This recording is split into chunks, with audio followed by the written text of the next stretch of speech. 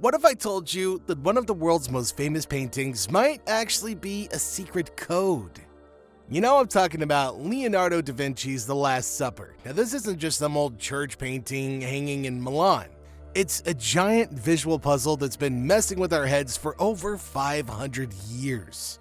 Painted on the wall of the Santa Maria del Grazie Convent in Milan, this mural isn't just a painting. It's almost 30 feet wide and feels more like an immersive experience than a static image. But what makes it unforgettable isn't just its size, it's what Leonardo hid inside of it. Let's start with something subtle. He didn't just paint a dinner scene, he created a visual funnel. If you look closely, all the lines in the room, the ceiling beams, the walls, even the edge of the table, they all pull your eyes to one single spot: Jesus' right temple. That's not some random design choice, that's him showing off. He wanted to make sure that no matter where you look, your attention always comes back to Jesus. He becomes the center of the universe, not just spiritually, but literally on the canvas. Behind Jesus, you'll see 3 windows letting in natural light. But if you look closely, the window right behind his head seems to glow just a bit more than the others. And now Jesus is surrounded by a soft heavenly light, like a halo but without the gold circle that painters usually used back then. It's Da Vinci's way of saying, yes, this is the Son of God, but in a way that feels more natural, almost cinematic. Now, let's take a closer look at the people in the painting. Leonardo didn't just randomly place the disciples around the table, he grouped them very carefully. You'll see 4 groups of 3 with Jesus right in the center, like the calm eye in the middle of a storm. Okay, why this setup? Well, for one, the number 3 is everywhere here. 3 windows behind Jesus, 3 people in each group. It's likely a nod to the Holy Trinity, the Father, the Son, and the Holy Spirit. That kind of hidden meaning is classic Da Vinci, blending deep theology with art that speaks louder than words. But the main thing is how each group is reacting to the announcement that Jesus just made. One of you will betray me. Far left, we've got Bartholomew, James the Lesser, and Andrew.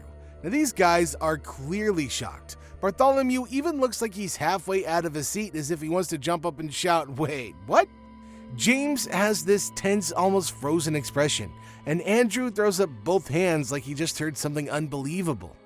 Then the next group, we have Judas Iscariot, Peter, and John. Now this is the most dramatic cluster of the whole painting. Let's start with Judas, who's kind of pulled back into the shadows. He's gripping a small bag some say is the silver that he was paid for the betrayal, and his elbow knocks over the salt that is considered a symbol of bad luck and disloyalty. His face is turned away like he knows he's guilty but doesn't want to admit it. Sitting next to him is Peter, who leans forward looking furious.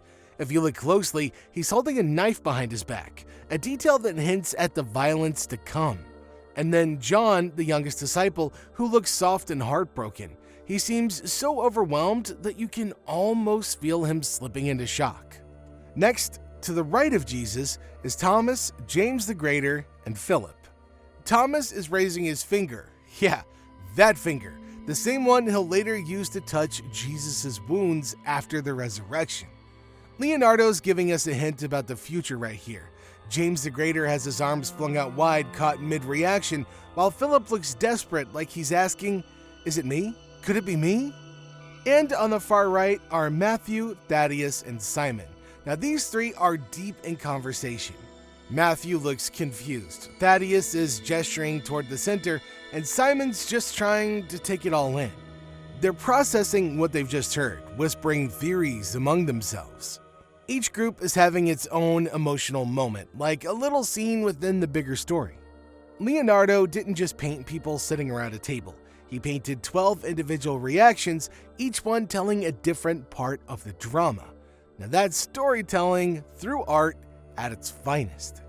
Take a look at the figure sitting directly to Jesus' right, the one with soft features, long flowing hair, and almost delicate presence. For centuries, this figure has been known as John, the beloved disciple. But then came a theory that shook people's perception of this painting to its core. What if that figure isn't John at all? What if it's actually Mary Magdalene? That theory really took off after the Da Vinci Code exploded in popularity. But the idea had been floating around long before Dan Brown wrote a word. Supporters of the theory say, Hey, just look at the figure, it's clearly feminine. And if you trace the space between Jesus and this person, it kind of forms an M shape, which some believe stands for Mary. But before we dive too deep into conspiracy territory, let's slow down for a second here. First, we have to remember that Da Vinci had a specific style. He often painted young men with soft, almost angelic features. It was part of the whole Renaissance vibe. If you've ever seen his painting of St. John the Baptist, you'll notice the same kind of delicate look.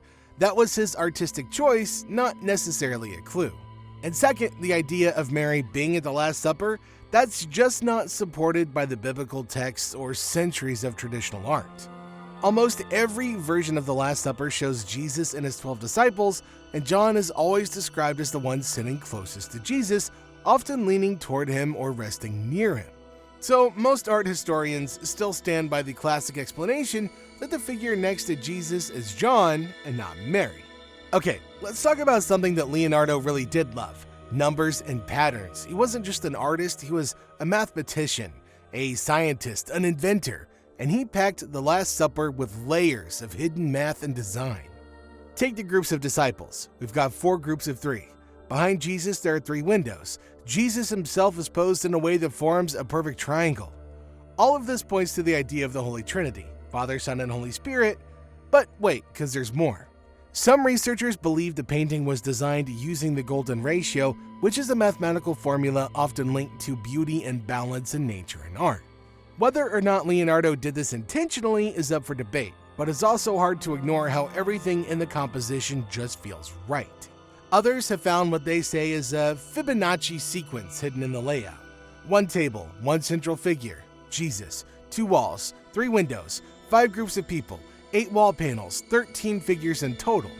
Is it coincidence? Maybe, maybe not. Even the food on the table might have a deeper meaning. Bread and wine, of course, foreshadow the Eucharist, a core part of Christian ritual. However, some believe the fish on the table symbolizes faith or abundance. Every loaf, every hand movement might be part of something more. And speaking of hands, this is where Leonardo's storytelling really shines. He was obsessed with hands, not just how they looked, but how they expressed emotion. And in the Last Supper, they speak volumes. Look at Jesus. His left hand is open, palm facing up, like he's offering peace or truth. His right hand is turned down toward the bread and wine as if blessing them. These gestures hint at the sacred ritual of communion. Now check out Peter. One hand is reaching toward John, possibly whispering something urgent. The other, gripping a knife behind his back. It's a clear hint of what's to come later in the garden.